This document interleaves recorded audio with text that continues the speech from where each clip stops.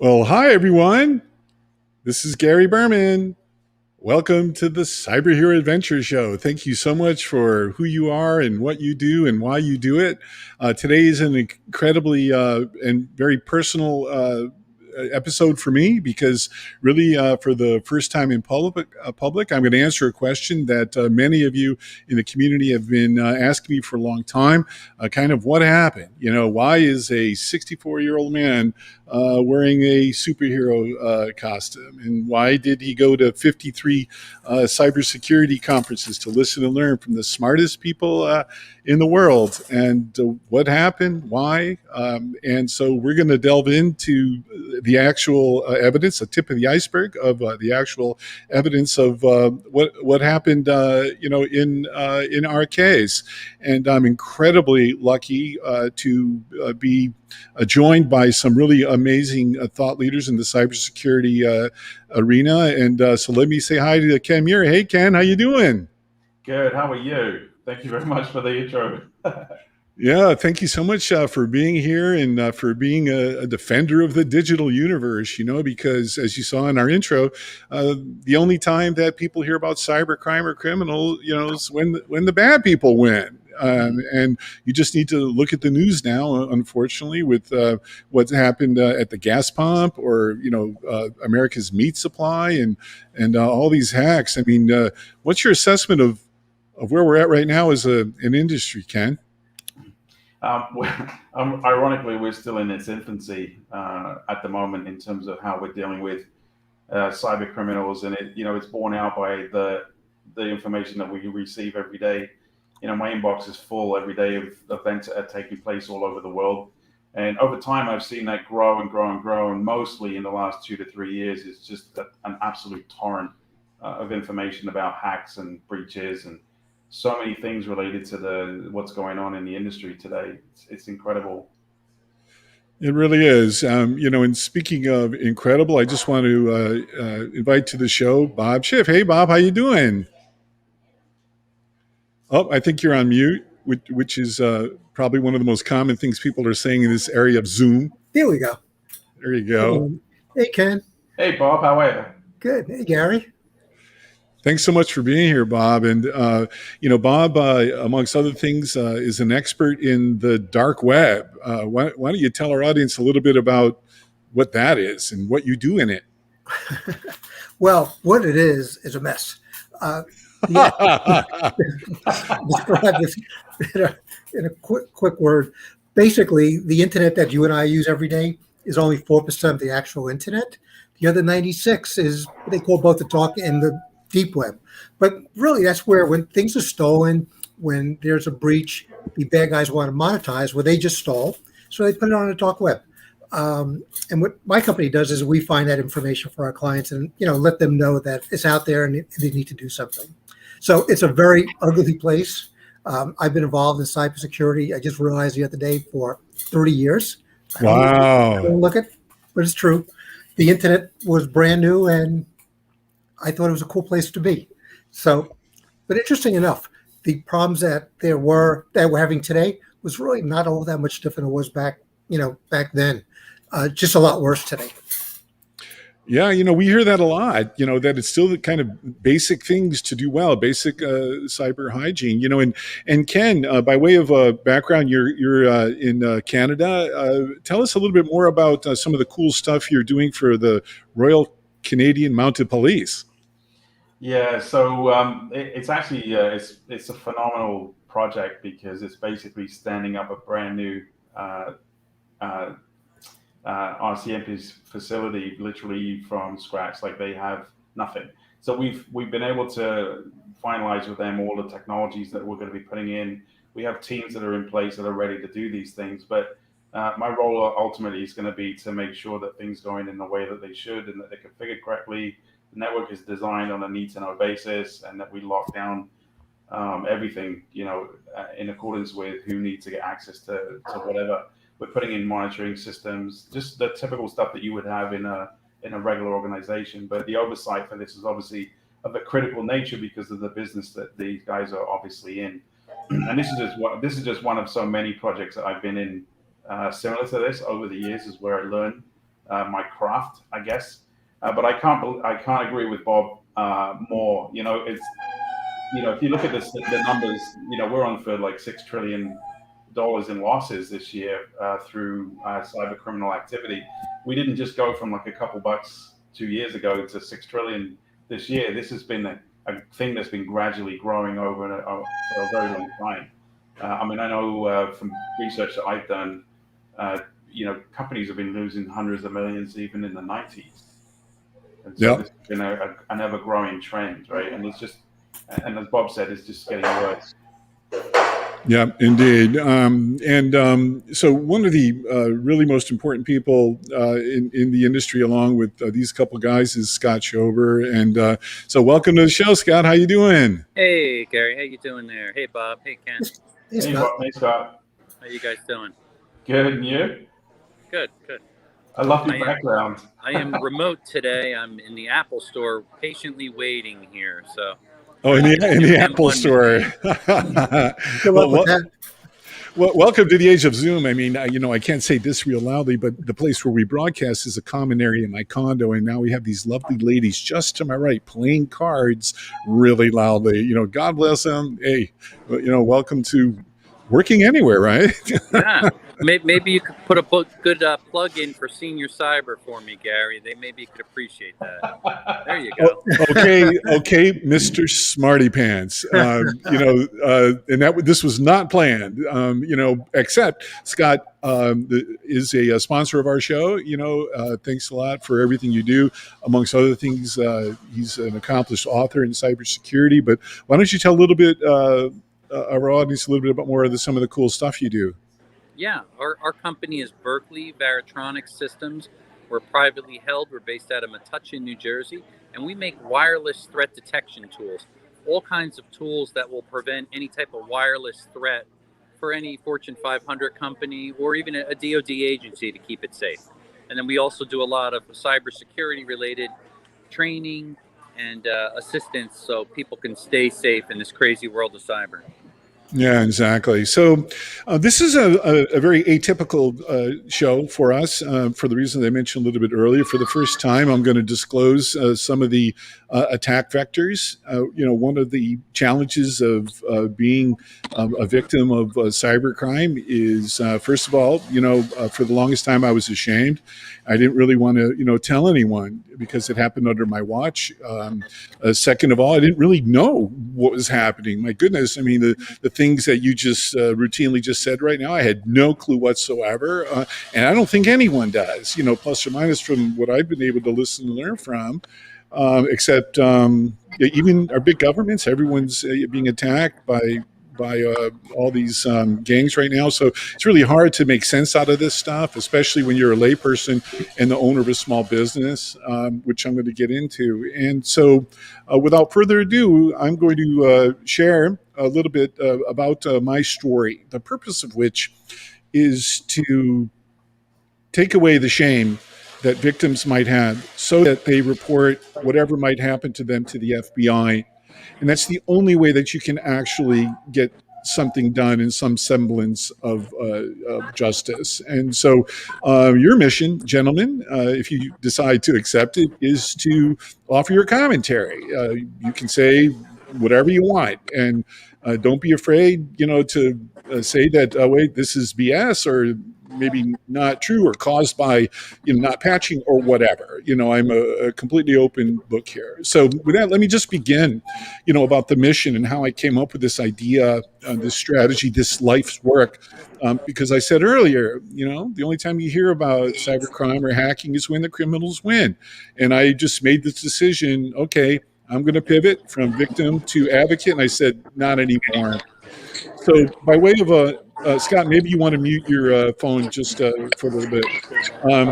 By way of quick background, I was the CEO of a company.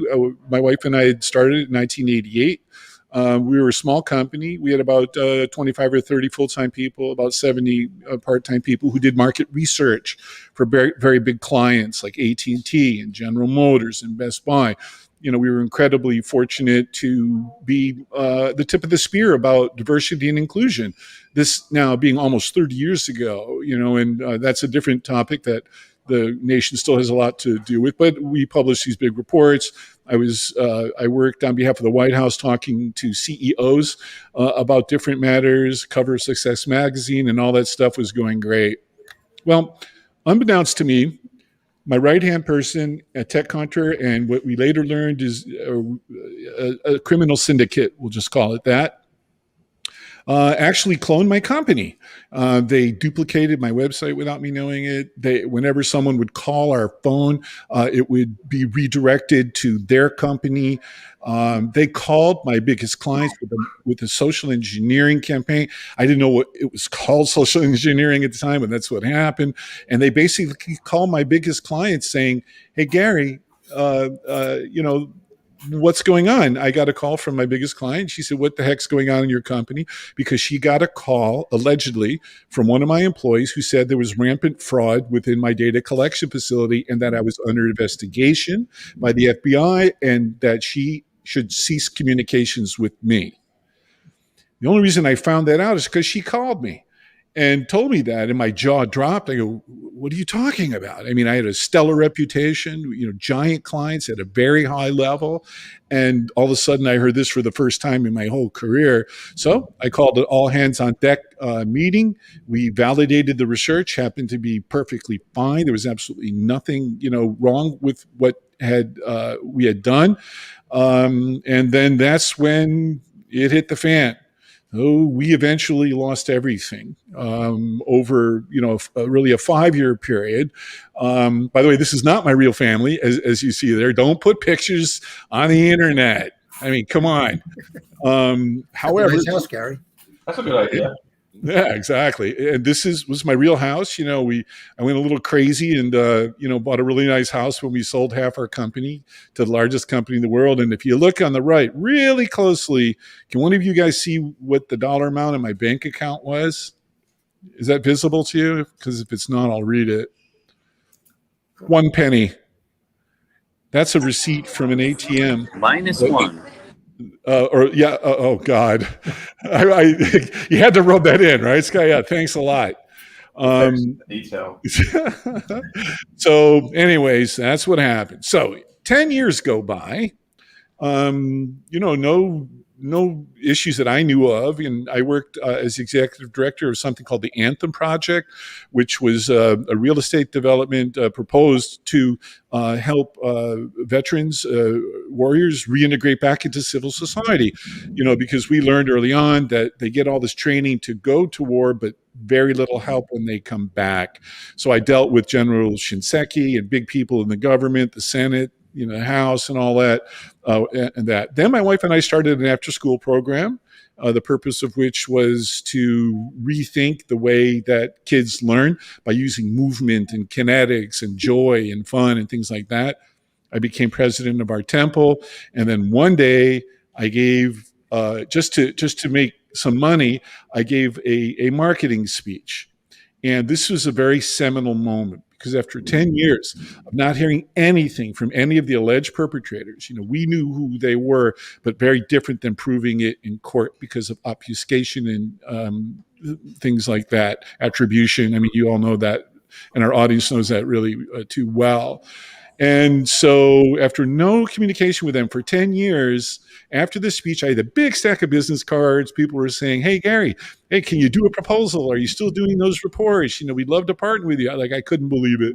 Came home with, kind of joy in my heart. Wow, okay, Phoenix, rising from the ashes. We're going to do it again. And then the next morning, it happened. All of a sudden, I went to LinkedIn, and I had around 700 connections at the time. And then within 30 seconds, it went down to 584. And even I could tell that was somewhat of an anomaly, And so I took a screenshot of the URL, and I could see this really long URL that we'll come back to in just a moment. So here's just an example, broadcasting on LinkedIn like we're doing right now. I don't know if you can see this, but the way LinkedIn works, as I'm sure all of you know, is after a live recording, there is the on-demand recording, and it's available whenever. And if you can read, can any of you guys see this? Because I know it's kind of small. Yeah, can you read it out loud just so the audience can hear it? Oh, now you put me on the spot. Americans have not grappled with just how profoundly the artificial intelligence AI revolution. Yeah, read the middle. Read what they wrote in the middle. You rate this shell. Remember, it's live, and we're watching you. Obviously. So a couple things about that I just want to ask you guys. First of all, this was a screenshot, a JPEG that was in the place where normally the image that I use to start the show would be. That's how it's been, every time. But in this case, this note was in there talking about they created a shell. So first, can you just clarify for our audience, what is a shell? Oh, so a shell is where you open up a command prompt and run commands kind of under the hood. So people are very used to using Windows, with the mouse clicks, opening up applications, close applications. But like Scott and Bob, we grew up in the DOS world where you actually run commands under the line. You use a command line for that, which is, typically also called a shell. So you open up and it gives you access to, a lot of different things that you can do under the hood, which you're not able to do in the Windows application itself. But it's a very common tactic. This is how hackers actually break into your networks, is they get onto your systems externally. And if you have the right kinds of vulnerabilities in those systems, they're able to open up a shell, with the right kind of vulnerabilities. They can use it to then elevate privileges to get them up to kind of super user admin level. And then pretty much they own your network after that. Yeah. Bob, you want to add anything to that? Not really. I think Ken did a good job explaining it, but something similar happened to me recently. I've been on Facebook for about 11 years, I guess, and I had about 900 friends. Then one night recently, in the last month, I get a text message from Facebook. Of course, I didn't answer it. And the next morning, I went to Facebook because I was interested in what that message might have been about, and my account was gone. All 900 friends disappeared. So it was kind of a weird feeling. So I kind of know what that felt like, but it's a sickening feeling. I mean, I was happy to get rid of these friends. Got new ones now, but it's a very sinking feeling. I understand what that felt like, and you feel violated, right? Totally. Yeah. Violated. We're going to have some data about that in a little bit. So let's continue on here. And so these are not chronologically ordered. They're just grouped, by topic. So this is a remote access program called ConnectWise, and this was discovered in my system. And what's interesting about this is we never authorized it. We never downloaded it. It was in my home network. And as an attempt to obfuscate this attack vector, the hackers actually changed the date to 1969 so that there's no way to find this file. We did find a file with the help of some folks. Ken, do you want to talk about that? You were involved in helping us with that. Yeah, well, there's a tool that I run.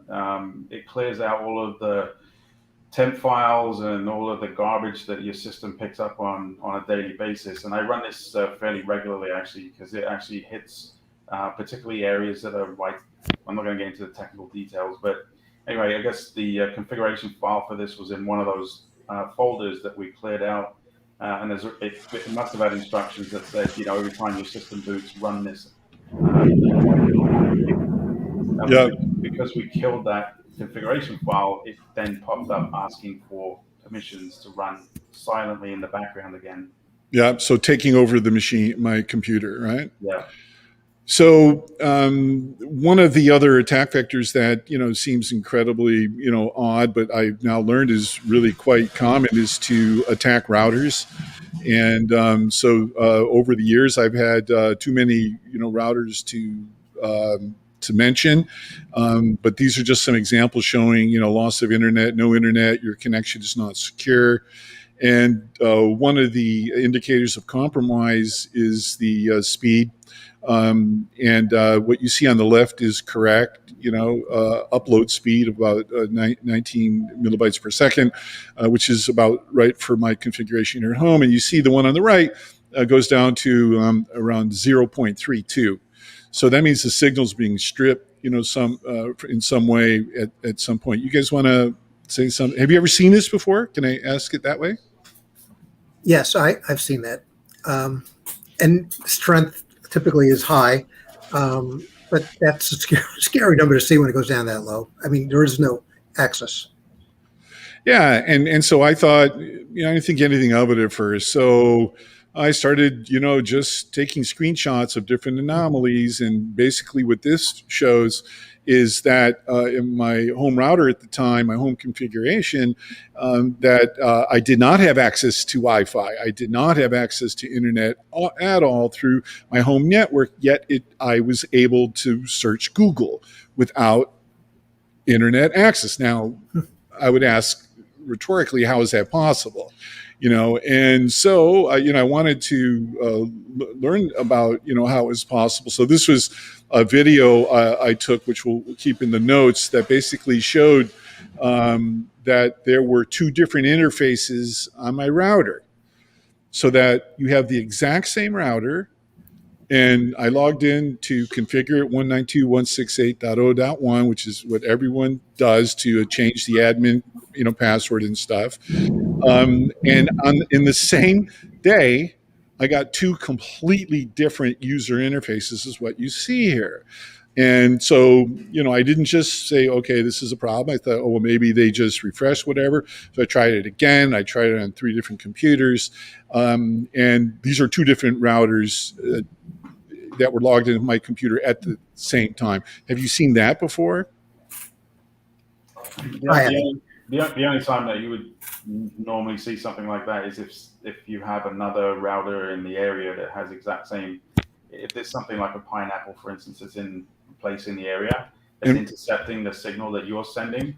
They're trying their best to simulate what you've got already, but depending on the model and the version of the code that's on there, it's going to show you 2 different interfaces. Yeah, and so that happened.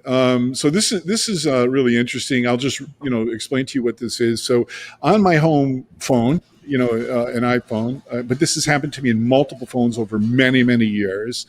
I had a Wi-Fi. I said, okay, fine. I can't get in through, to the internet through my home system at the time. I'll try, AT&T hotspot, and it worked. I'm going, okay, great. And then I started noticing some anomalies, took a few screenshots, and realized there was something really off. So I wrote to the president of AT&T.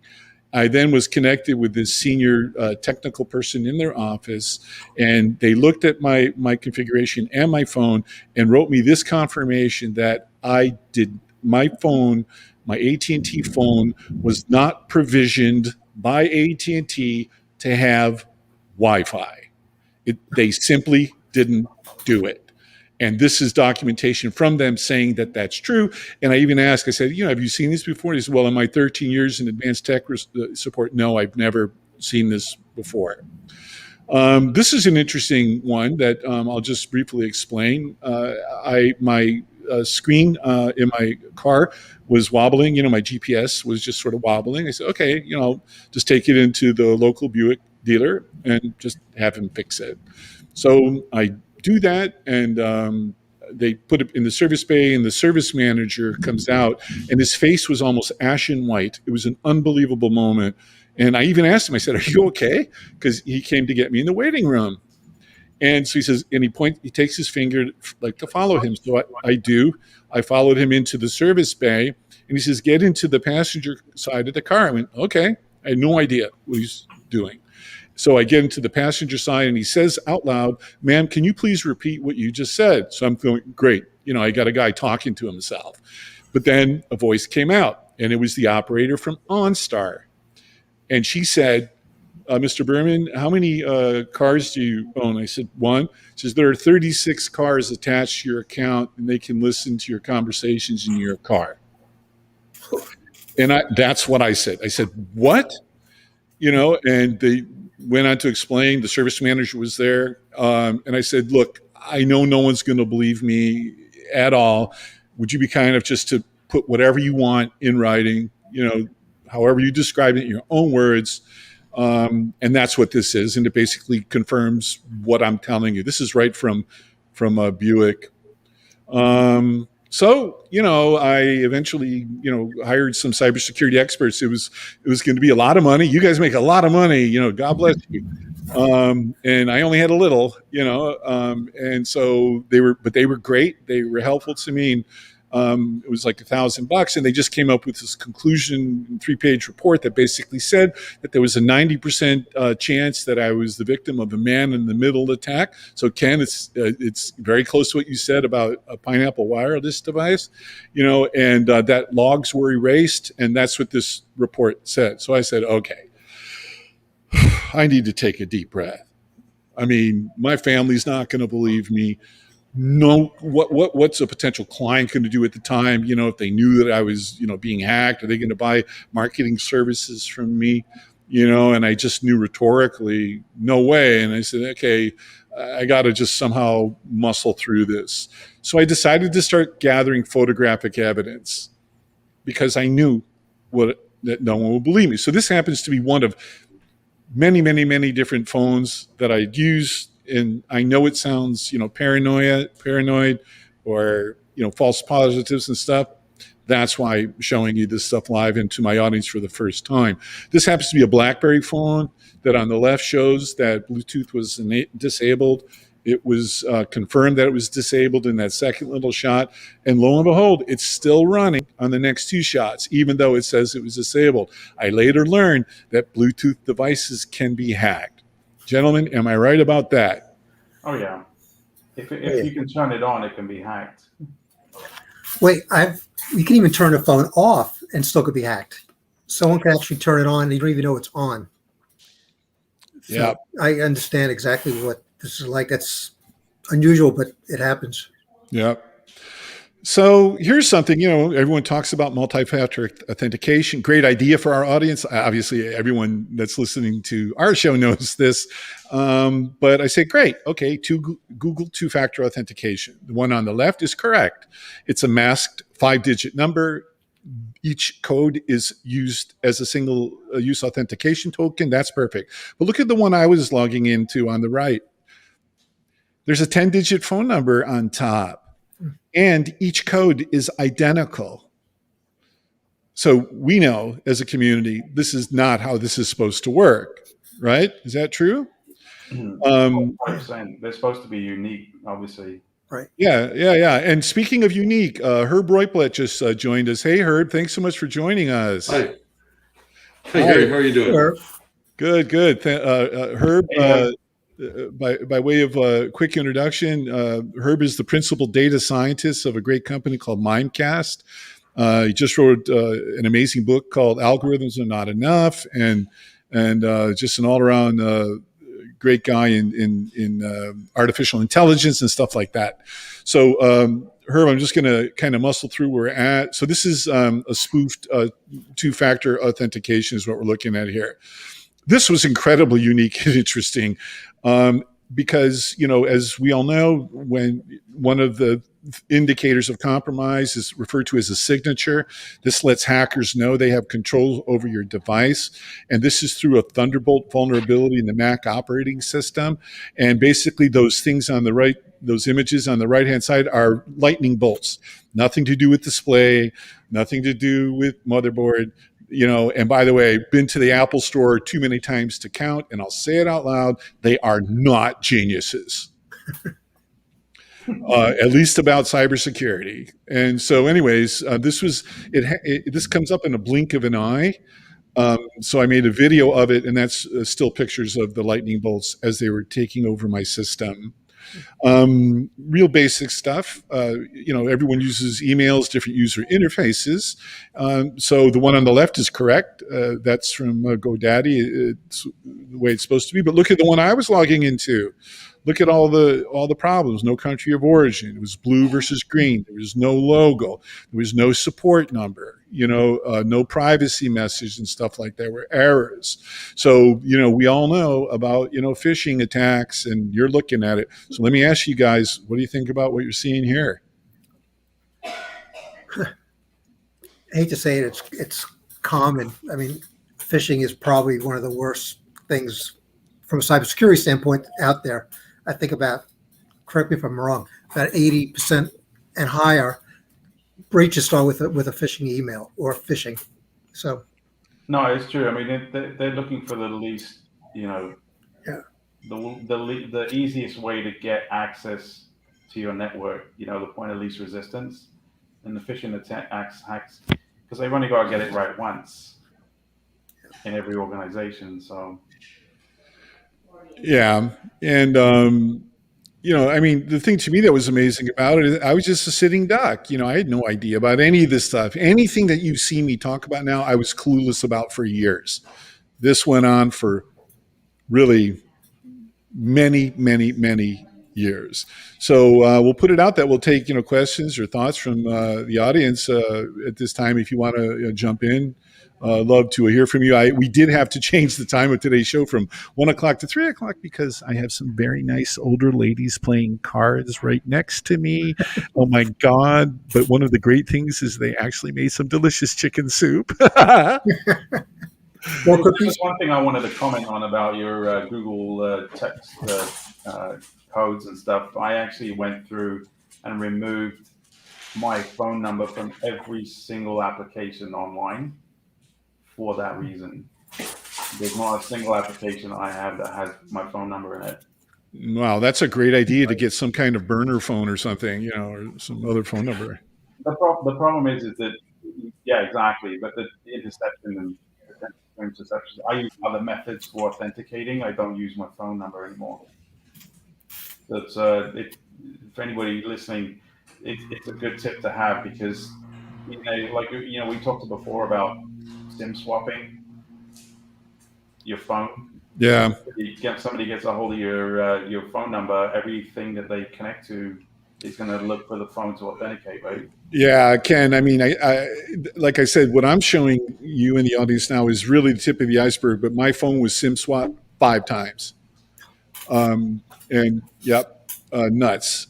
So just continue on a little bit. So as part of Gmail at the time, all really incredibly important emails were in the trash. I never got to see them. So it turns out what had happened most likely is that, at the time, every single communication that went out for me stopped at a man in the middle. A decision was made whether or not it got out to who I sent it to, or was it redirected. All of my DNSs were redirected from my bank account, from my QuickBooks account, for my Atlantic Broadband Cable Company account, all that kind of stuff. So this is just an example of that. Oh, this was incredibly interesting. So, people are supposed to use virtual private networks, VPNs, so you don't just log into a Wi-Fi at a Starbucks or whatever, because you're really just out in the open. You're a sitting duck, and this is a best practice. So our audience obviously are monster advocates of that. But so I took a screenshot because I could tell there were things that didn't look right. And there was no on and off switch. So the one on the left is correct. The one on the right is spoofed, and that's the one I was logging into. Here's another one of it. This particular one is amazing because it might be a little hard to see on this screen, but you'll see that there's no known language. That right over at United States, it turns out I later learned it was a Unicode keyboard.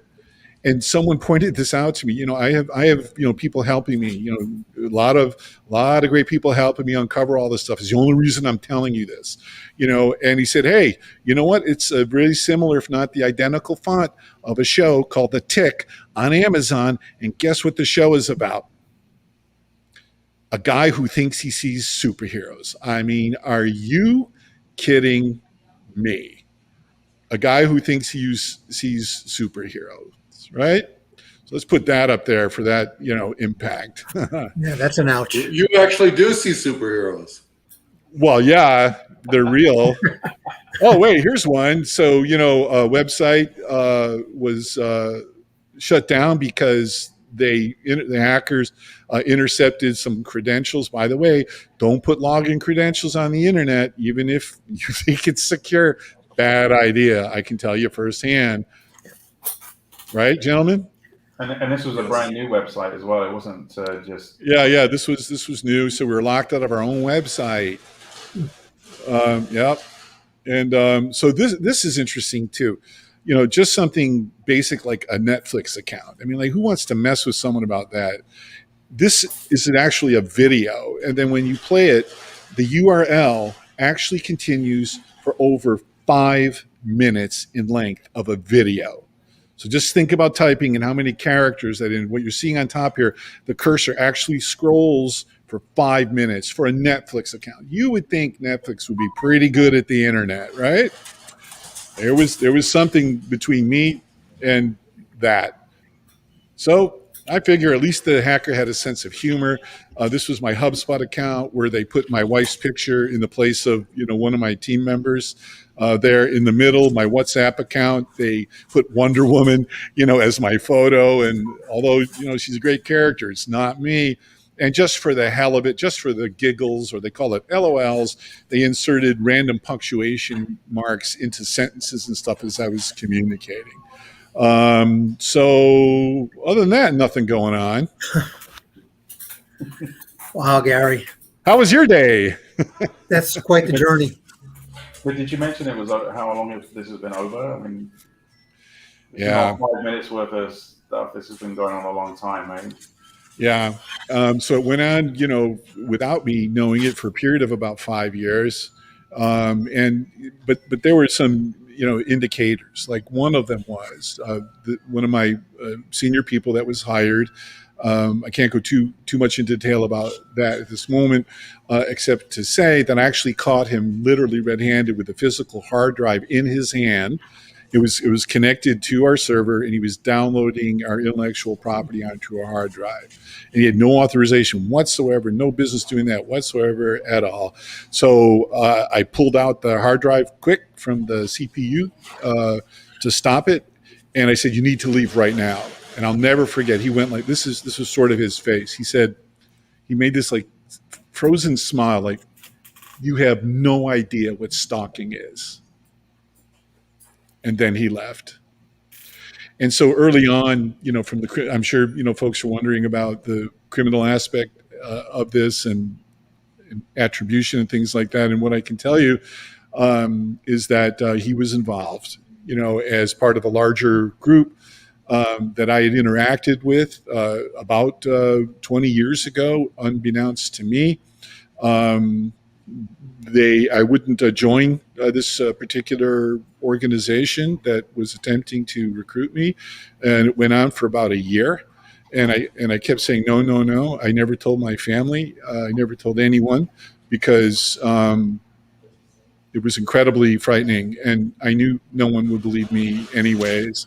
So fast forward, to about four or 5 years ago, it kind of came up again, and I'll sort of leave the attribution there because it's the right thing to do at this moment.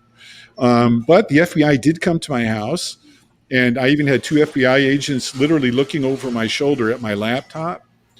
And when I was showing some, air quotes evidence, like what I'm showing, this giant cursor started moving around closing files. And I went like this. I said, "Did you see that?" And I put my hands away from the keyboard. They're looking right over my shoulder in my house. And we go, yeah, we saw it, we got it. Said, okay. They were great, by the way. I love law enforcement. I mean, I think, everyone's doing an extraordinary job, and, God bless all you guys. You have a real tough job for sure, especially in cybersecurity. So they saw it. They took my evidence. At that time, I didn't have any of the pictures that I'm showing you. All I had was code. And I really couldn't make too much sense out of it, although through a lot of Google work, I learned my computer was signing into an unauthorized handshake, and all these other things that I could, like, as a layperson learning a little bit about this stuff, I went, well, that doesn't seem right. Like, why would it need to do that? Why would it need to broadcast in this way? Very, very easy to go down this rabbit hole. And I want you and my audience to know I did not. I purposely stayed away from it. I said, let me find workarounds. So I worked at a public library. I worked at, Starbucks. I had more caffeine than anyone you'll ever know. I did all these things. I bought 5 different computers. I asked for all this different help. 10 different phones, and it just kept happening again and again and again. I later learned. Here's the breaking news: I'm not alone. This particular Well, that's group, what I was going to say. You're far from alone. yeah. The Oldsmar, Florida hack, the same thing. A guy was sitting at the computer watching the mouse move around, poisoning the water supply. If he hadn't been there at exactly that moment, people could have died. Yeah, that's exactly right. And so this is really kind of part one. I feel really grateful that you guys are here, and all of our defenders of the digital universe for what you do and everything. And I feel like a weight's been lifted off of my shoulder right now, and I want to thank you for this opportunity to share a little bit. This is really only kind of part one of what will be a 2-part, sort of discussion. The second part is the great news. Because being a victim is just exhausting and unfortunately not unique. There's so many victims of life and so many things. I said, okay, forget it. I'm sick of it. I'm not going to be a victim anymore. And I'm going to become an advocate. And what does that look like? I'll just give you a tease. The very first thing I did was buy Cybersecurity for Dummies. And at 59 years of age, after 10 pages, I was lost. Next time we'll discuss why I have a superhero costume and why I have the privilege of listening and learning from the smartest people in the world about this stuff.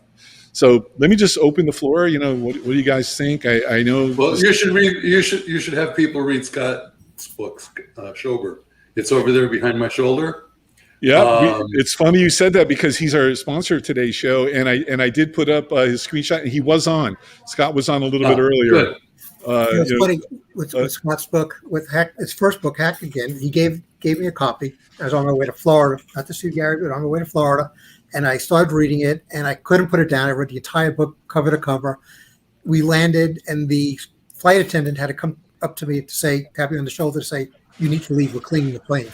So it's a really good book, and all 3 books. I read all 3 books, and they're all really, really good. I recommend them. Yeah, for sure. And just to build on that too, I started, I wouldn't call it writing a book, but it's called Stalking on Air, the incredible true story from a victim of 15-year cyber stalk. And if you look at the image, that was how I've had to live my life, and also really in complete silence from my family and friends and no one, but that's over. And now we're doing something good to help people. So I started writing that book just because it was, I really just started random thoughts of a cluttered mind. I just started dictating, and then I had them transcribed. And before I knew it, I had 50,000 words, not really like a book, but potential for that. So what I did do is in one of my comics, it's actually my origin story.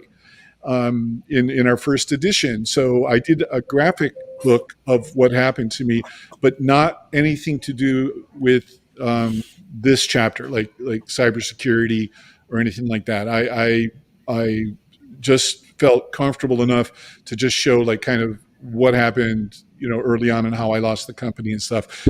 But stay tuned. I'm going to continue on that journey because we've had over 5,000 cybersecurity people read it. And the testimonials and stuff that we get is fuel for me. In addition to the few shekels that we're starting to get, yay! My wife says thank you to our sponsors, by the way, as do I. Well, Gary, thank you for putting the show on, and what you created is really unique. It's a really great way for people to learn about the experiences you had and that we all had in this crazy growing industry that we call cybersecurity. Yeah, exactly. So, Bob, how do people get more information, from you and about some of the interesting stuff? You have the cybersecurity survival kit now. Tell people Yeah. about that. Yeah. So interesting. I was talking to Scott Schober one afternoon, and we're talking about smaller companies and how the market is so confused. People wind up doing nothing, unfortunately, and they get hacked. So we said we should put together a cyber survival kit. You've got all these great products. Let's package them all into one product. So we did. So it's called the Cyber Survival Kit. If your listeners go right now to cyberlytica.com/promotion, we're giving away a survival kit that you can use for camping or around the house, whatever you want. It's really cool. It's 153 pieces, and we throw some software with that as well. Nice. Yeah. See what you earn for that. And Herb, how do people get in touch with you? At momcast.com. That's Okay. the best way to do it. Yep. Perfect. Ken? Oh, I'm just on LinkedIn. I've never had a Facebook, Twitter account, any of those things. Yep. So, on behalf of a Grateful Digital Universe, thanks for who you are and what you do and why you do it. A couple cool things. We're going to be broadcasting from Black Hat. And so any of you out there that maybe want to schedule an interview that can be broadcast on our show, send an email, to me, and we'd be glad to, talk to you about that. And we've launched a Think Tank series. Our first one was Herb was a keynote speaker. We're going to have all his speech and the others on demand shortly. They were amazing. And next week on Thursday, we're having our second think tank, and it's all about cybersecurity and healthcare. And everybody's, heard about all these criminals attacking the healthcare ecosystem. And, I don't know how inhuman one can get, but that's what they're doing. So stay tuned for more information about that and how to register and stuff like that. So again, thank you so much for everything you do, and hope you have a great day. Thanks, Gary. Thanks, Gary.